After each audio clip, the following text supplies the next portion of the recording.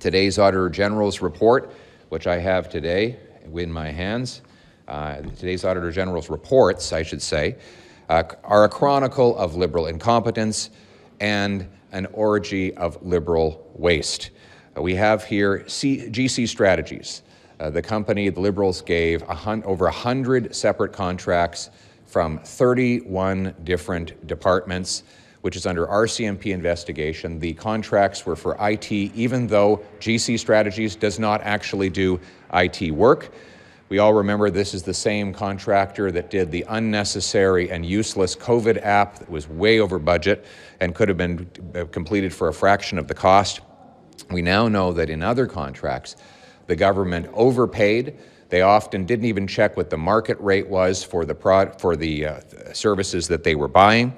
Quote, actions of the federal government frequently did not demonstrate value for money. Federal government made payments without evidence that all the deliverables were received. Translation, they paid even when they didn't see that the job was done. So 46% of the contracts examined, there was no evidence that the work was completed, and yet the government paid for it. It'd be like if you walked into a restaurant, you were never served a meal, but you paid the bill anyway and added a big tip and sent off the bill to the taxpayer. That's what Liberals have done with your money in this case. So now, who's responsible? Well, Public Safety Minister LeBlanc was at the time, Public Safety Minister who helped get these contracts out. Now he's been promoted in the Liberal government. You've got Patty Hajdu, who was the Health Minister that kicked off the ArriveCan app. She as well has been promoted. And then you've got F-35s. Liberal mismanagement of the process has now driven up costs by 50% or $9 billion. The infrastructure delays are going to mean we need 2 fighter squadrons slated for completion in 2031, more than 3 years late, forcing extra spending on interim facilities. They haven't recruited enough pilots to fill the gap. They've got weak project management, risk management, and coordination plans remain incomplete and slow. And the bottom line is that rising costs, construction delays, staffing gaps, weak oversight threaten the ongoing introduction of the fighter jets. And who was responsible for that? Well, Anita Anand was one of the defense ministers who helped bring about this boondoggle. She has been promoted in this government.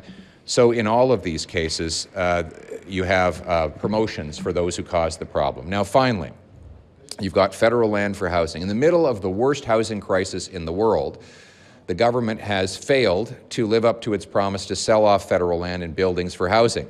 They said in 2017, half of their buildings and land were underused or vacant, and yet only 2% of it has been disposed of for homes.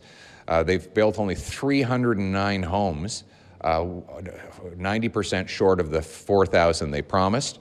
It takes them 8 years to sell a property, 8 years. You've got $3.9 billion we could be bringing in over the next decade if we sold off these buildings and avoided having the operational costs of them.